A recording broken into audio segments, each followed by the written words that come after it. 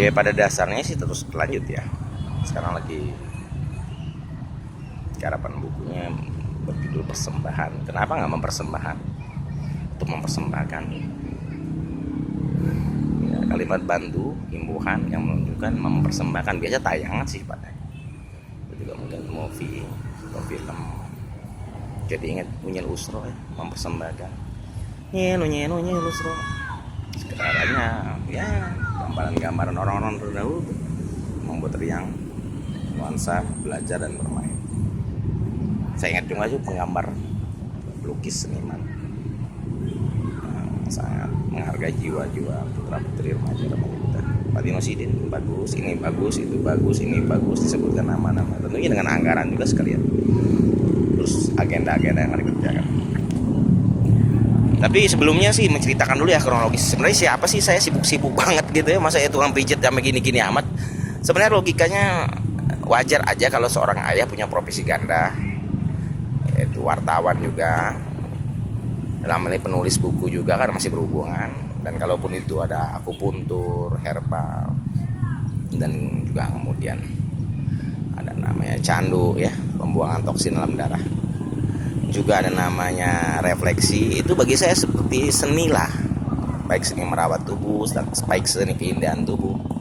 Nama saya kan sudah jelas Deddy Sutawijaya. Pendidikan saya SD saya di Jatibening Indah, Bekasi, Komplek AL sampai 1991 dari tahun 86. Tapi kelas 1 sempat di Grogol ya, Jakarta Barat.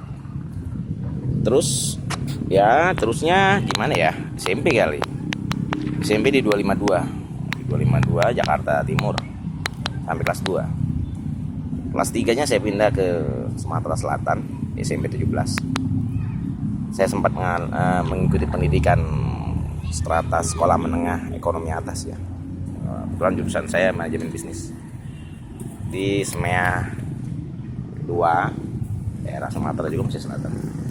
Atau juga barangkali karena mencari jati diri ya, berpindah-pindah. SMEA 1 Belitung ya tepatnya. Kalau Anda dulu pernah mendengar nama Dipa Nusantara atau Ahmad bin Abdullah Aidit, itu di situ dekat situ ada namanya Dinas Departemen Perindustrian. Nah sebelahnya itu ada sekolah SMEA, Sekolah Menengah Ekonomi Atas 1 di Belitung ya, Tanjung Badan. Kemudian saya pindah lagi ke PGRI sampai kelas 2 karena saya mencari jati diri, nakal. Akhirnya saya sempat berhenti di situ. Dan kemudian saya hijrah ke Jawa Barat ya, mengikuti beberapa kursus pendidikan yaitu seni. Juga sambil itu saya ikut bantu teman sampai jadi kuli bangunan di salah satu perusahaan kontraktor punya saudara sendiri kan. Kebetulan beliau sendiri yang mengatakan saya ini masih saudara di daerah Pagar Alam ya, masih saudara sebenarnya. Kalau kamu mau tahu saya adalah keponakan dari kakek kamu. Oh saya pikir ya nggak masalah juga sih, niat saya sini dari menjauh dari Sumatera Selatan ya. Sampai akhirnya saya masuk kursus pendidikan musik ya. Ada juga penata teater dan sebagainya. Di situ ada wadah-wadah seniman ya. Ya. Selain juga banyak bergabung dengan aktivis di Senadem dan sebagainya karena memang situasi pada 98. Di keseharian beliau pelajar, beliau di fakultas-fakultas yang mereka terdaftar ya, atau mereka ikuti dalam ini pendidikan. Dan kenapa sih ngotot banget sih, kayak udah darah daging banget saya kalau di dalam pergerakan. Ya kebetulan saya juga punya satu darah daging, yaitu dari sebelah ibu saya dan sebelah bapak saya orang-orang pergerakan semua.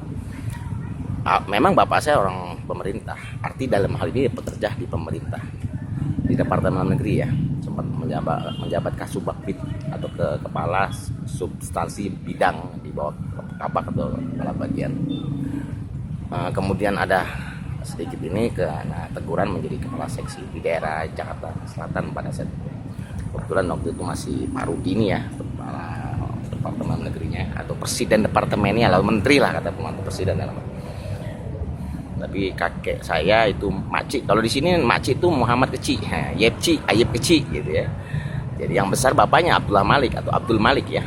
Pangeran Abdullah Malik, orang Batu Raja, cuman bernomisili di Sumatera Selatan di kota Palembang. Beliau ini Muhammad Kecik atau Makcik ini, Makcik Malik kan nanti keturun ke atasnya.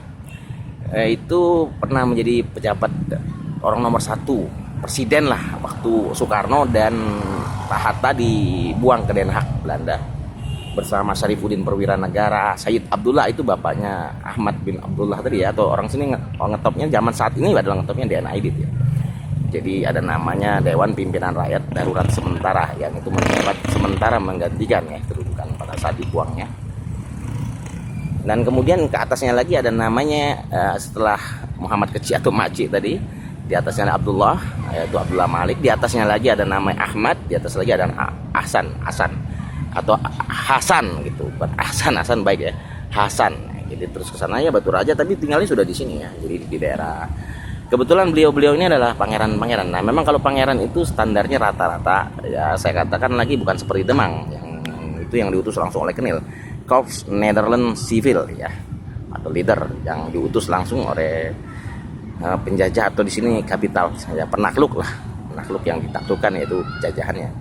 Biasa dijadikan demang-demang atau tingkat camat di kota-kota. Beda dengan pangeran-pangeran ya, seperti Pangeran Ponorogo, Pangeran Imam Bonjol, Pangeran Lenggang Nitinegara, Pangeran Abdullah Malik, ya, Pangeran lagi Atas Angin ya, di Pontianak sana ya.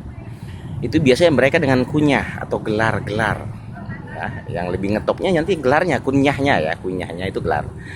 Berbeda hal lah dengan katakanlah di sini nama yang terus kadang-kadang setiap generasi mengikuti nama-nama tersebut, karena mungkin tercatat dengan nama asli ya, seperti Abu Bakar banyak generasi. Perbedaan signifikan dan gelar itu cuma sekali yang menggunakan itu, setelah itu tidak akan ada yang meneruskan.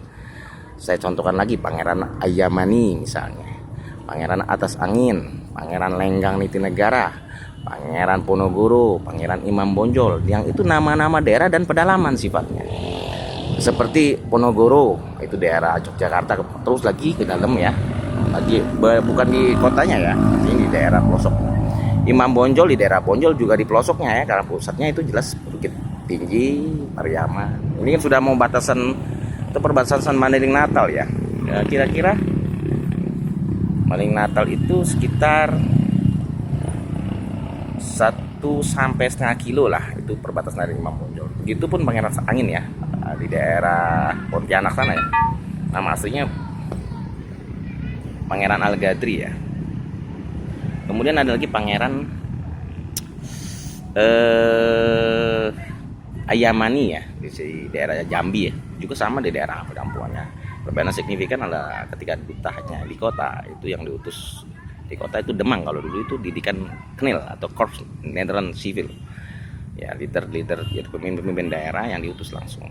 Sementara pangeran itu biasa permusyawaratan rakyat di situ yang mengutus gitu biasa. Karena dulu kan masih orang-orang, banyaknya yang pribumi di sini kan dulu suku anak dalam ya. Selebihnya banyak pengembangan dari kesultanan luar, dari Sampurno atau Nusantara atau Indonesia Raya pada saatnya. Untuk itu salam kemenangan dari saya Didi Sutawijaya. Teruslah berjuang walaupun tidak berkelompok, bersendiri, tapi kalian punya karya, dan karya itu akan kalian tunjukkan kepada bangsa negara 2/3 dunia. Salam kemenangan.